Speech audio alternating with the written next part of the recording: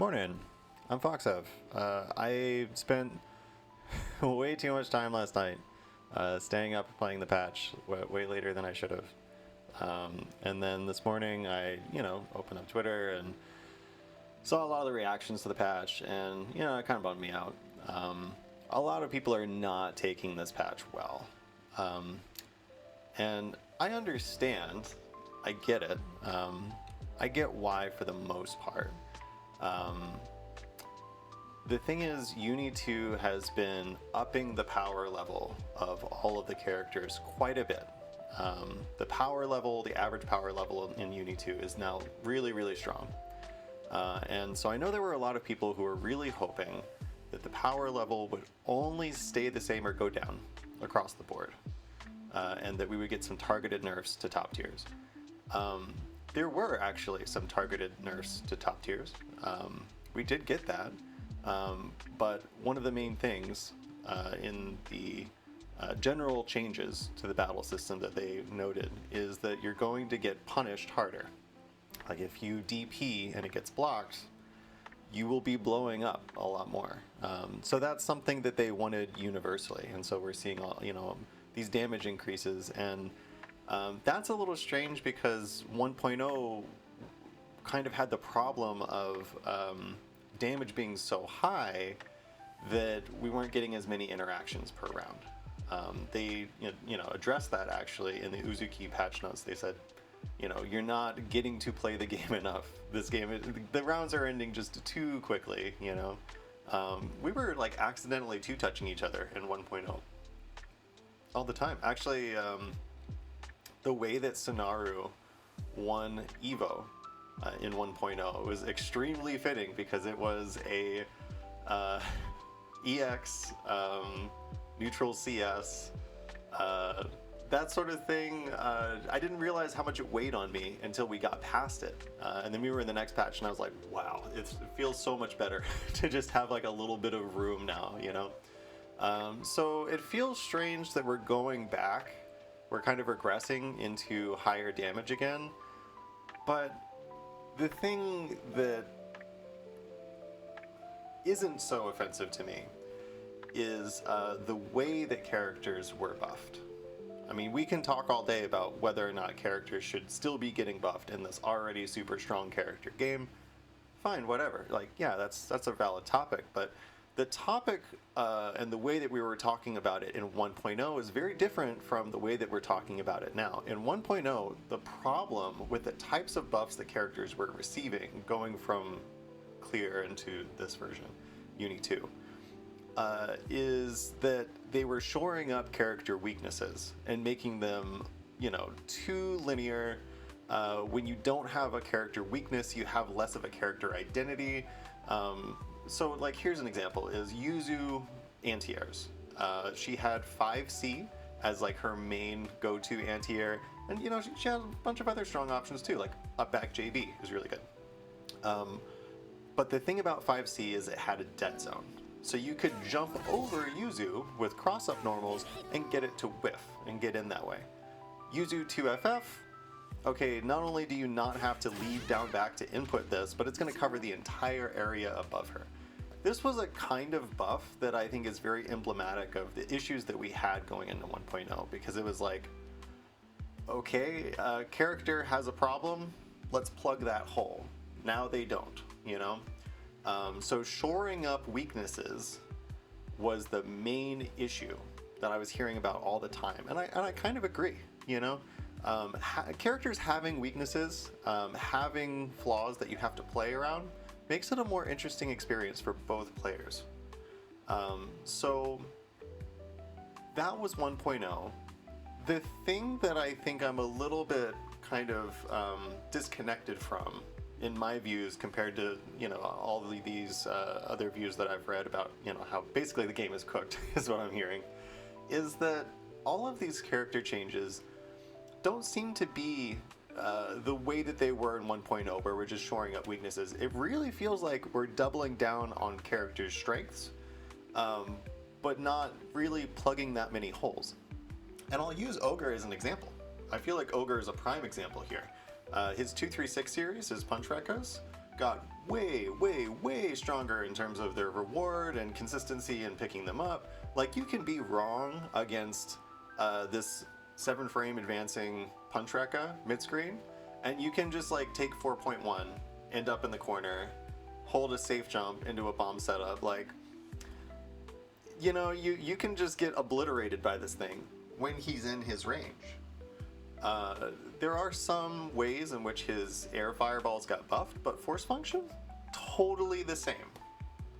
Same as it was. Jump force function is like, you know, marginally less recovery. That's it. Other than that, Ogre's force function is the same. And this was a major problem with the character that, you know, I was pointing out pretty early on, is like, wow, this character like kind of sucks into projectile zoning matchups. You know, he doesn't feel like he has very good tools to contest a lot of this stuff with. He did get the ability to CS his 214C on block, so that's a big deal. Being able to skip neutral like that, right? If you have 100 meter and CS to use, that's a really big deal in some matchups. But force function going unchanged really communicates to me that this patch is not about plugging the gaps. It's about enhancing the strengths, you know? And I think that leaning into character identity like that, saying, yeah, this character is really good at this, and they're going to keep being good at this, and you know, here's what they're doing now. I don't know. I feel like that makes more sense to me. I can kind of get behind that. I know that, like, right now we're looking at this patch like, oh my god, this is crazy. But I don't think that it's so crazy that it's going to, you know, make me drop the game or something like that. Like, I think that's way too extreme. I'm not sponsored, you know? I'm not like, this channel is not monetized. I don't get like money from telling you, hey, this patch is good or something like that. And I'm not saying that. I'm just saying it's kind of the patch that we expected, you know? And I know some people are super bummed out about that. They, you know, they want more nerfs than buffs, and I get it. You know, that's fine. That's fine. It is fine. That is a valid opinion for you to have. But I'm not there. You know? Actually, if you want to gun to my head, have me list the things that are most offensive to me about this patch and like things that characters got, what I'll talk about is Kuon wheel buffs and how they persist and how that forces you to interact with him in neutral in order to gain Vorpal, because concentrating behind wheel I think is really strong for Kuon. So that thing is actually like the #1 thing that I struggled with in the matchup, and it got worse for me. So yeah, that I'm a little concerned about. I'm like, whoa, that's crazy. Akatsuki 6C damage, I'm a little bit concerned about, just because, you know, already when the stars aligned, Akatsuki could 2-touch you. You know, if you're grid broken, and he has, you know, low health and celestial and, like, you know, all of these things align. But now I guess we're going to see more opportunities for that, where Akatsuki might get one really big hit and then one really big 6C cash out and 2-touch. And he might be like maybe the only character in the game doing that. You know, and is what it is. But I definitely I felt some kind of way when I saw those damage numbers, you know? So that spooked me a little bit. But honestly, there wasn't a whole lot else. It's easy to hear some things in a vacuum, like, for example, Yuzuriha got plus frames off of, like, you know, grounded Bato pressure. Okay, what did she get plus frames off of specifically? She got plus frames off of FF canceling into backdash, so she can be +5. So she got better at moving away from you at frame advantage. That's just Yuzu, man. She spent grid so that she could move back into her effective range and keep doing the thing, you know? This is not, I think, changing my dynamic with Yuzu very much. There are like some of those changes where it's like, it sounds really crazy, but how much is this really going to affect the way that I interact with the character? I'm not sure yet. I have to play the patch more. You know, we all do. Like, this is now day 2, you know? Or you could say it was day 0 and now it's day 1. Whatever. We still have plenty more to go. But I guess I'm just not... I'm not as offended as I guess seemingly I should be, you know? I had a lot of fun playing the game last night. I'm going to continue to play the game. And, you know, hopefully the people who are, like, really going through it, I really hope that they can come around to it, because I would like to keep playing with them, you know? It really does hurt to, like, see some people be like, this game might not be for me. That really, like, gets me. But, I'm not there yet. So, those are my initial thoughts. I just feel like I have to address them, because if I make this next video about, like, hey, here are all the ogre buffs, I feel like people are going to be in my comments like, oh my god, this patch is dog water. I'm gonna have to refer to them to this video and be like, I'm sorry. this guy is hopeful.